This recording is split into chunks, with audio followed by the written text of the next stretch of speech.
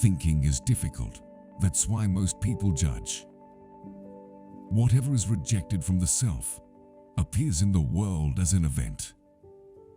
Where wisdom reigns, there is no conflict between thinking and feeling.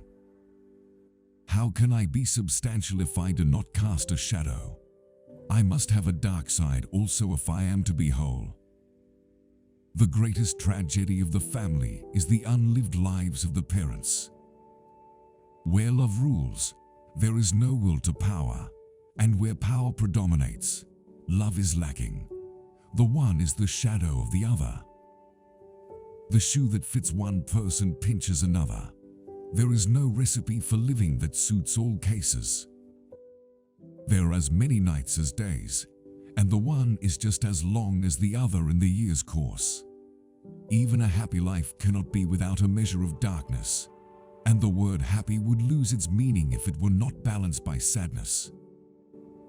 The creation of something new is not accomplished by the intellect, but by the play instinct acting from inner necessity. The creative mind plays with the objects it loves. The best political, social, and spiritual work we can do is to withdraw the projection of our shadow onto others. To find out what is truly individual in ourselves, profound reflection is needed. And suddenly we realize how uncommonly difficult the discovery of individuality is. The first half of life is devoted to forming a healthy ego. The second half is going inward and letting go of it. About a third of my cases are suffering from no clinically definable neurosis, but from the senselessness and emptiness of their lives. This can be defined as the general neurosis of our times. Nothing has a stronger influence psychologically on their environment, and especially on their children, than the unlived life of the parent. The reason for evil in the world is that people are not able to tell their stories. Wholeness is not achieved by cutting off a portion of one's being, but by integration of the contraries. If there is anything that we wish to change in the child, we should first examine it and see whether it is not something that could better be changed in ourselves.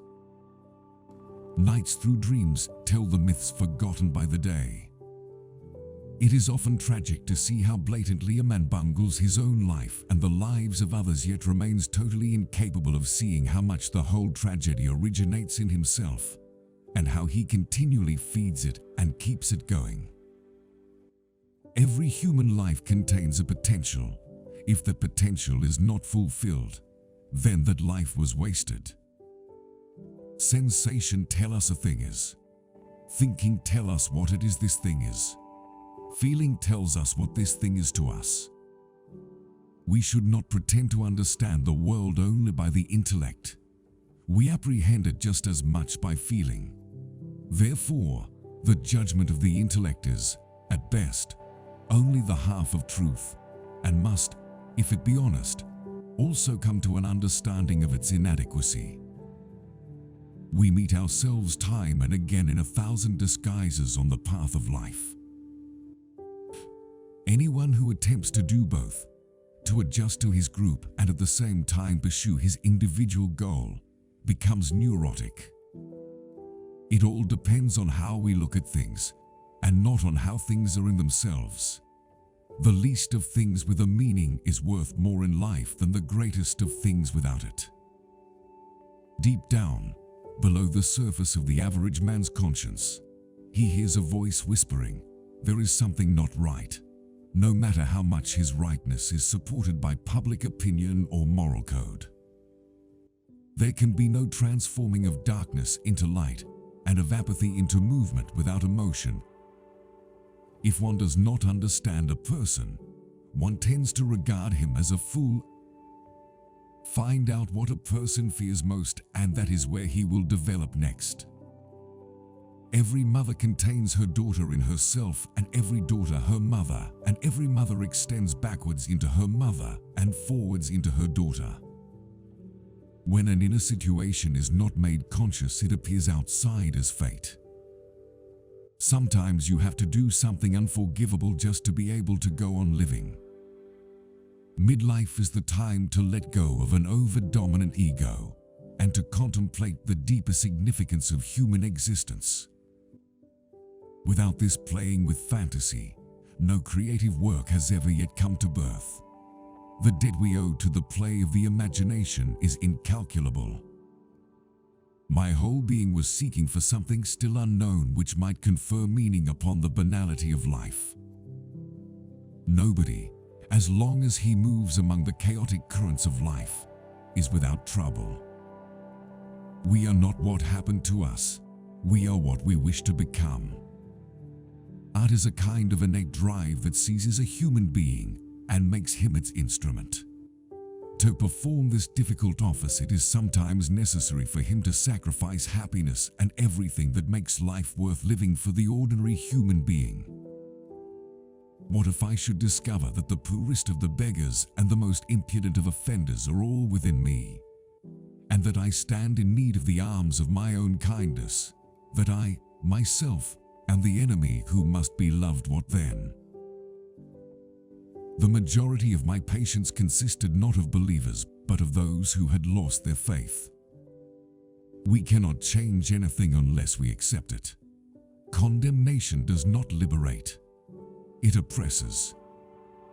Whenever we give up, leave behind, and forget too much, there is always the danger that the things we have neglected will return with added force. Life is a battleground. It always has been, and always will be. And if it were not so, existence would come to an end. I have always been impressed by the fact that there are a surprising number of individuals who never use their minds if they can avoid it, and an equal number who do use their minds, but in an amazingly stupid way. The meeting of two personalities is like the contact of two chemical substances. If there is any reaction, both are transformed. Your visions will become clear only when you can look into your own heart. Who looks outside, dreams. Who looks inside, awakes. Until you make the unconscious conscious, it will direct your life and you will call it fate. I am not what happened to me. I am what I choose to become. You are what you do, not what you say you'll do. Loneliness does not come from having no people about one, but from being unable to communicate the things that seem important to oneself, or from holding certain views which others find inadmissible. Knowing your own darkness is the best method for dealing with the darknesses of other people. The pendulum of the mind oscillates between sense and nonsense, not between right and wrong. Every form of addiction is bad, no matter whether the narcotic be alcohol, morphine, or idealism.